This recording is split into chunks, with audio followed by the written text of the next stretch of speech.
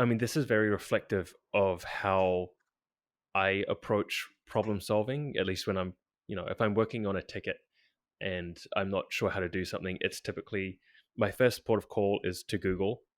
Typically, the technical documentation will be in the top couple of Google search results, Yeah, as well as maybe a Stack Overflow question. If yeah, then I can't find the answer to that, that's when I'm switching into research mode. And I'm like, okay, so this question hasn't been asked before, and I'm not able to solve it with the technical documentation to the level that right. I understand. So I'm going to have to dive into blogs and how-to videos and written tutorials and try and get enough context where I can understand what is happening and then fix it.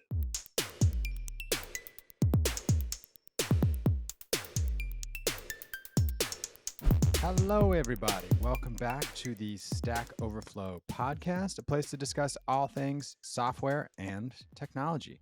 I'm your host, Ben Popper, Director of Content here at Stack Overflow, joined as I often am by my colleague and collaborator, Matt. Hey, Matt. Hello, thank you for having me again. So we've got some fun data to dive into this week from the Stack Overflow Annual Developer Survey, which you and I both helped to sort of see and prepare, and is always um, a great tool for folks who are trying to understand the industry and where they should go.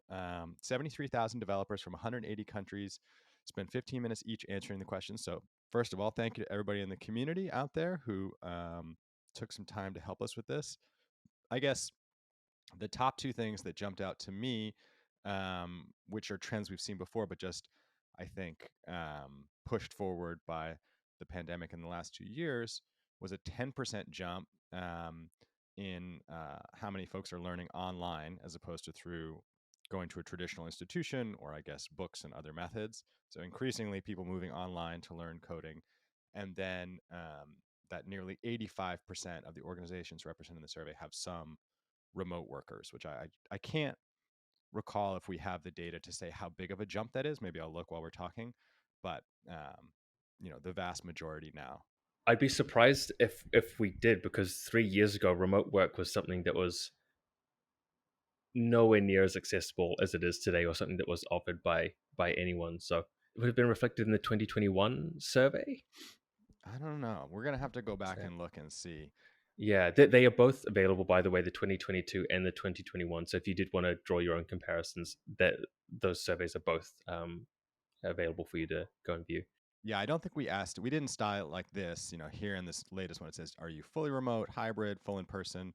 And just to break the data down a little bit more, 42% or 43% fully remote, 42.5% hybrid, and only slightly less than 15% fully in person. So the vast majority of developers not back to the office full time, far from it. I think that trends. I'm curious as to next year when we do the survey, whether or how these numbers are going to shift, whether or not people are kind of sick of working remotely and are going to try and head back to an office and be around people again, or whether we're going to see more of an uptake in hybrid models, or whether people are still very happy working remotely and staying well away. Yeah, the data that I've seen recently indicates that for the last like 3 to 4 months, it's sort of leveled off. Like it dropped way, way down during the pandemic. Then, in maybe the last 6 months of 2021, it started to climb back with people returning to the offices, and now it's kind of leveled off. And there's a new lows, like where we sort of set a new baseline where not as many people are working from the office, and it feels a little bit set in stone. um, and to your point about like, yeah, what would make this change? One thing I've seen a lot of people say is that they would go back to the office, but only if um, they knew other people were going to be there. So there's this chicken and the egg problem of like, I'm not going to start going back in all the time if I'm not even going to run into people that I know. And until it's sort of dictated or everybody picks a day, then that will never really happen. Personally, I'm a big fan of the hybrid approach. I'd like having the option to go in and see people and socialize and kind of have those meetings and do work where doing it in person is a lot more um, convenient and fun. But then I also like the flexibility of heading home and like turning off my notifications, whatever else, and doing some like deep focus work as well. Totally. Um, I did a quick search, and I could be wrong, but I couldn't find the words hybrid or remote in our 2021 survey. So It doesn't look like Yeah. we even asked that question then. Yeah, I think with the 2022 survey, at least from what I know and how it was conducted, is um, they did want to reflect the updated environment, or the current environment for remote working and um, everything that kind of COVID has pushed to the forefront. So this survey is probably it's very relevant at the moment Right. because it I has guess been it would updated have to been hard to reflect. ask that question in like May of 2021 because Yeah, everybody was still forced to work from home. So there wasn't like what you couldn't really gotten a good data point. yeah. Maybe if we go back further, we'll see it show up at some point. We'll have to look into that and see if like in some, sometime I bet, from 2015 till now, maybe we included that question. The number one resource, which is great, is technical documentation. So this is like people go and read the docs. Great. Stack Overflow is number two. Huzzah. Then blogs, and then videos. Although documentation and Stack Overflow are at above 80%, blogs at 70, and how-to videos at 60%. So I mean, this is very reflective of how I approach problem solving, at least when I'm, if I'm working on a ticket and I'm not sure how to do something, it's typically my first port of call is to Google. Typically, the technical documentation will be in the top couple of Google search results, as well as maybe a Stack Overflow question. If then I can't find the answer to that, that's when I'm switching into research mode. And I'm like, okay, so this question hasn't been asked before and I'm not able to solve it with the technical documentation to the level that I understand. So I'm going to have to dive into blogs and how-to videos and written tutorials and try and get enough context where I can understand what is happening and then fix it in a way that that works, because that's not currently documented anywhere on the internet, at least that I can find. So this is kind of lining up with how I work, and it seems like that is how other people are solving their issues as well. yeah, definitely. And far and away, the most popular online course for learning to code was Udemy, which is now a sort of a sister company of ours, um, as part of the uh, Process EdTech portfolio, as well as Codecademy, which I think is now part of Skillsoft. So those two we have them ranked separately here, but they're now a single company. So interesting to see that. I'm interested that YouTube didn't pop up in the online. Oh, that I guess it's classified under online course platforms. I'm assuming that there would be a large chunk of people there as well Yeah, who are not there's wanting to how-to pay. videos and video-based online courses. So maybe both of those kind of certification videos. Like you could end up at YouTube for any of these, maybe. Yeah, I mean Udemy is great. I've used Udemy before, as well as Code Academy and Pluralsight. Um, I think really a lot of those things come down to the quality of the instructors, um, and how well they kind of like surface relevant courses and everything else to you. Right. So we have a question here which we've asked before, and I assume people answer this honestly. I don't know why there would be sort of inflation here since you're anonymous, but it says years of professional coding experience by developer type. And it's interesting if this is sort of like a snapshot of the people who visit Stack Overflow. Obviously it's self-select; they choose to participate in the survey. The number one group is people who are senior technical executives, C-suite VP, et cetera, engineering managers, and then product managers. So that to me is always kind of striking. I guess I assume Stack Overflow is more for people in the trenches, writing code every day, independent contributors. But that's the second year in a row that this sort of self-identification of people who take the survey is senior executive.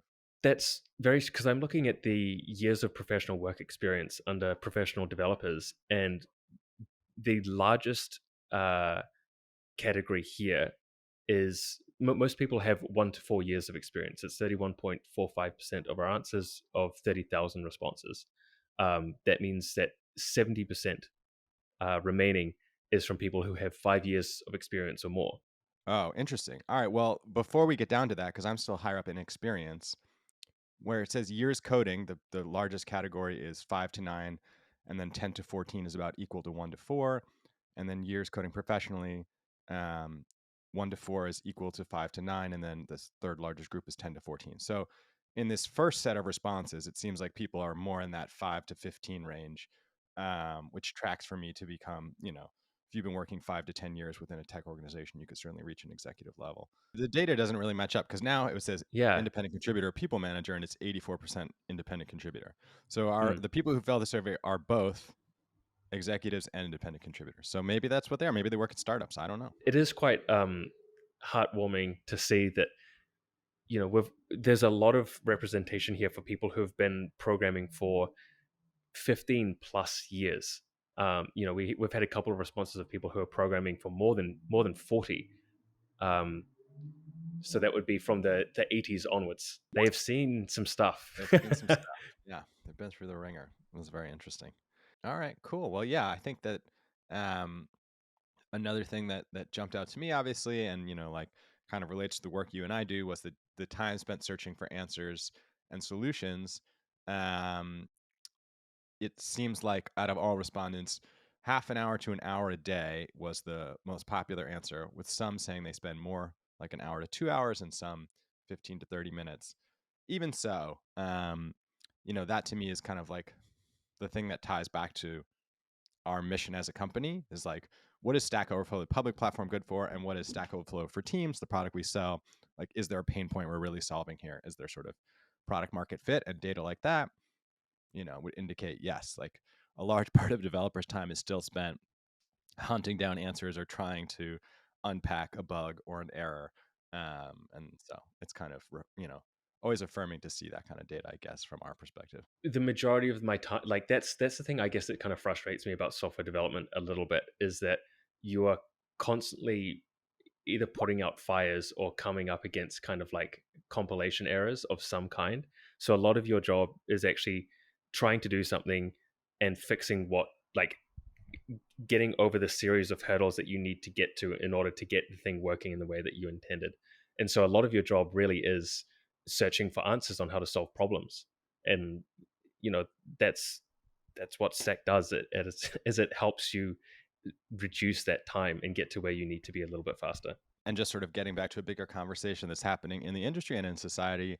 We talked about this in the last podcast, but GitHub Copilot now available to all, but it costs $10 a month. And I think they justify that by saying, you want to be able to write these functions. You want to be able to craft something in code. You're getting an error message, like, this system can help you get around that, or it can essentially remember something that you'd have to look up. We just discussed how much time people spend on that. Or, this is interesting, this is in the lab section, so it's sort of like still in beta, but it can parse from one language to another. So you say, I want to write this function, but I only know how to write it in JavaScript. Can you create this same function in Python, and it'll translate it for you. So um, I can see how sort of like sort of low level AI helper tools like that are going to become a huge part of developers' workflow in the next few years. That would be a really interesting use case for learning a new language as well. If you're trying to kind of figure out the comparisons and how things are structured in different ways, being able to kind of like copy paste that into a different language and seeing what the changes are and how that is affected, would be really useful. One thing to know as well with GitHub Copilot is that it is $10 a month or $100 a year, but it's also free for students and maintainers of popular open source projects. Right. So How do you if you define are, popular there? That was the one thing I didn't understand. That all sounds good, but like, define popular, like how many stars on GitHub or what? I don't know. I'm assuming they probably have an AI that does this for them, that defines what popular is based off of usage. Right. I got to file a ticket complaining that I deserve that status or whatever. But yeah, I don't know. I've been struck over the last few weeks a few times. I guess, a lot of my friends shared that article from the Washington Post about the Google engineer who said he thought their AI was sentient. I didn't really completely agree with his take on things, but Dolly 2, the AI that can draw anything you ask it to, has been blowing my mind, and I really think is a pretty disruptive product.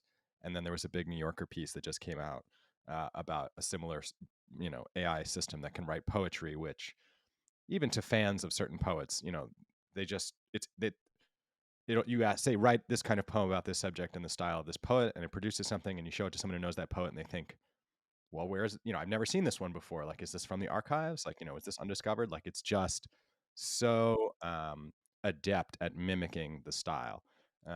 So I think this is going to be a big topic of conversation over the next year or two as these systems Yeah, get more powerful and get more I widespread. think that there's going to be a hell of a lot of gray area when it comes to intellectual property. And because, say, for example, you've got a an AI that does poetry or produces scripts, for instance, and it looks through all the episodes of Friends or Brooklyn Nine Nine or whatever it is, and then it starts creating its own episodes. Like, like that's drawing from. I'm. This is going down a huge No, I rabbit know what you're hole. saying. Yeah, no, Yeah, completely.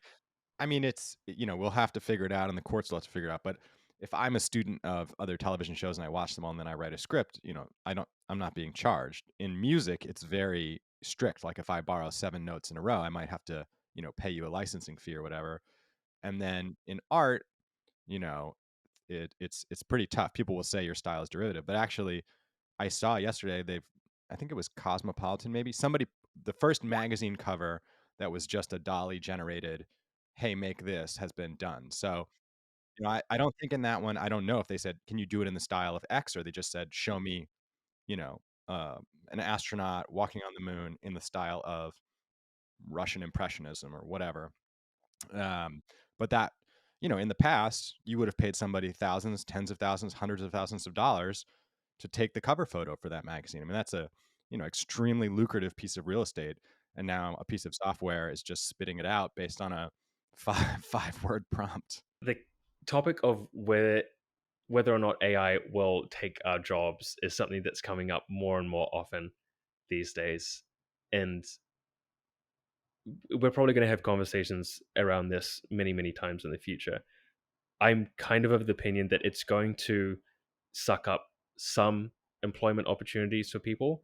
It's also going to open up and generate new jobs for others. But hopefully, and there's an artist called Andrew Price who does a lot of 3D modeling. He's very prolific in that kind of industry, and he did a talk on AI art and its impact on artists. And his take on it was these tools are basically just going to allow us to iterate faster, move through more concepts in more iterative manner. So we'll ultimately end up doing better art at the end of the day. This isn't going to replace us. There's still very much a human element required in context in order to do the job that we do.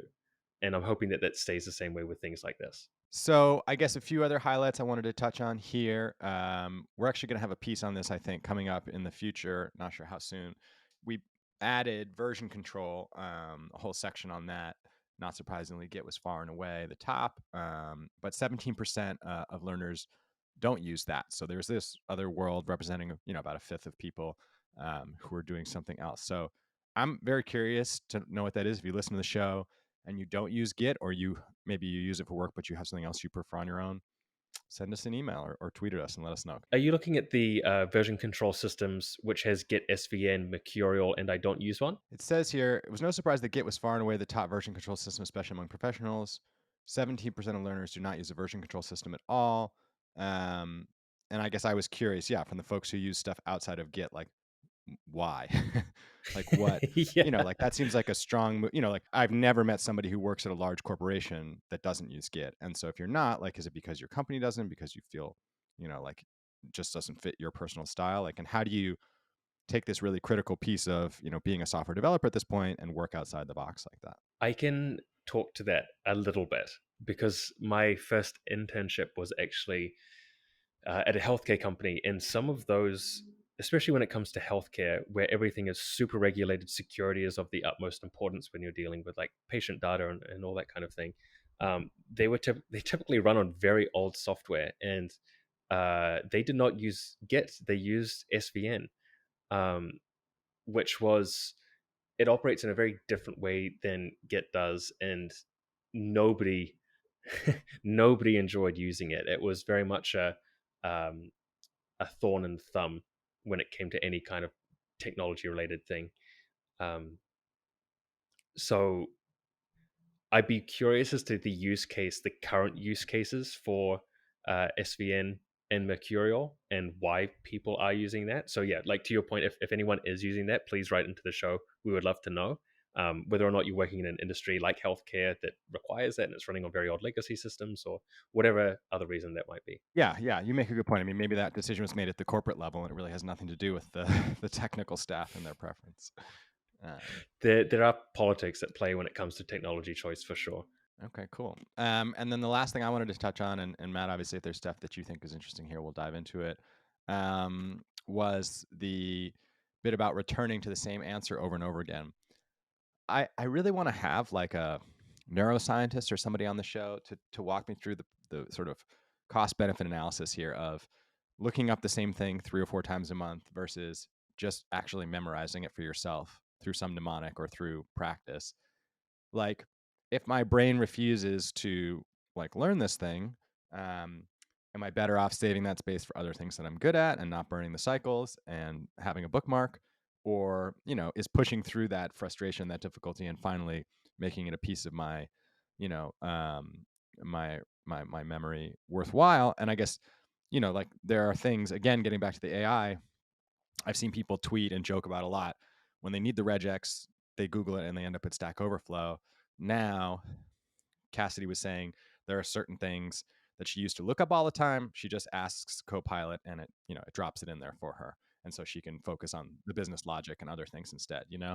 So I'm very curious to like, I want to know how to approach that. Like if you have this second brain, like when are you using it right and when are you using it poorly? Maybe that's not the right framing, but that's how I think about it. I answered that question. I do return to the answer quite a few times, and it's typically for specific things that are very. Say, for example, you get a new laptop and you're having to set up your environment variables all over again and put in your like Python commands and Java and all that kind of stuff. Like that's not something that you do every month. It's something that you do kind of like once every 2 to 3 years, and you forget, and then you go through the same pain points again, and it's kind of like the frequency there is not enough for you to learn how to do that. Um, in my To go into a more frequent approach, like my take on it is that um, my approach to software development is more like at a high level, you need to understand what you're capable of doing with the tools that you have. And so you don't necessarily need to know granularly what it is you need to do to get to where you need to go, but you need to know it's possible to get there. And so in that case, it's kind of like you can go back to the same answer again and again and again because you're not dedicating time to like put that into your brain. You just know that that resource is there for you if you need it in the future. All right, everybody. Well, yeah, if you want to learn more about this year's developer survey results, you can head on over to the blog. A great story there from David Gibson and Ryan Donovan, kind of putting together some of the highlights. Or you can head over to survey.stackoverflow.co slash 2022, and you'll get all the results in a nice interactive form there, built by some of the great folks on our brand design team. Matt, you put in one other link here, which I wanted to touch on, something a little bit lighter before we head out. IKEA now has an AR app that lets you delete furniture in your home and replace it with IKEA. So I assume I'm holding up my phone. I got my ratty old couch. I click it and it disappears, and I see what a nice new IKEA couch would look like in that space. Nailed it. That is exactly it. And it's not just furniture as well. Like the example that they gave, I really want to take a deep dive into how this actually works because you can remove things like guitars on the wall or filing cabinets or plants. Like it's not just kind of like big, kind of like this is a square and we'll kind of like do some kind of point analysis and remove the square. Like these are quite interesting objects that they're able to remove, and then you can filter and replace. It does require a little bit of setup and everything else, but I think the technology here is like this is a very, very, very good use case for augmented reality. Apart from Pokemon Go, which was also very valid. I took a little trip over the Father's Day weekend and the Juneteenth holiday, and we rented a car, a Yukon Denali, which is not, it's like a very large luxury SUV, not the kind of thing I would normally be getting into. And it has a ton of cameras. I think maybe 20 cameras or something like that on the car. And it does this insane mode where when you back up the car, it shows you the rear camera view, but then it also shows you a top down view as if there was like a drone hovering over the car, and it superimposes like a digital version of a dumpster or some sand or the car next to you. So it like stitches together all those pictures essentially and gives you this AR top down version. It was blowing my mind. Yeah, I've actually been in a car. I think my dad was driving something similar for a period, and it was bizarre because he's like, he's pushing 60, and I got into that car, I saw that, and I was just like blown away. I was like, holy like the car does this, and he was just like, oh yeah, I can just see better now. And like, I don't think he fully appreciated how what went into a quality of life improvement like that. It was pretty cool to see. Yeah, it sort of like gives you this whole new perspective on the world, and it actually is incredibly utilitarian. It's so useful when you're trying to park a disgustingly large SUV. Huge SUV. All right, everybody, it is that time of the show. I'm going to shout out the winner of a Lifeboat badge, someone who came on Stack Overflow, saved a question from the dustbin of history, and got it up to a positive score so they can spread some knowledge around the community. This was awarded June 19th to Jarzon, Make a Hidden Field Required. All right, Jarzon, thanks for coming on and spreading some knowledge. We really appreciate it. It's asked 4 years ago and helped almost 20,000 people. Ooh, I love this. There's a little thing here. At the top, I've got a little thing where I can run the code snippet and copy the snippet to answer or expand the snippet. I haven't seen this before right at the top like this. A neat little functionality. I'll share it No, with you, man. neither have I. Yeah. All right. New stuff popping up on Stack Overflow all the time. All right, everybody. Thanks for listening. We appreciate you. If you want to reach me, you can always find me. I'm at Ben Popper on Twitter. If you want to get in touch about the show, email us, podcast at Stack Overflow. Questions, suggestions, whatever it is, we'll shout you out. And if you like the program, go ahead and leave us a rating and a review on your podcast listening platform of choice. It really helps. I'm at Kiernander. I'm a technical advocate here at Stack Overflow. You can find me online and all the places at Matt Kander, MattKander. All right, everybody. Thanks for listening, and we'll talk to you soon. Bye.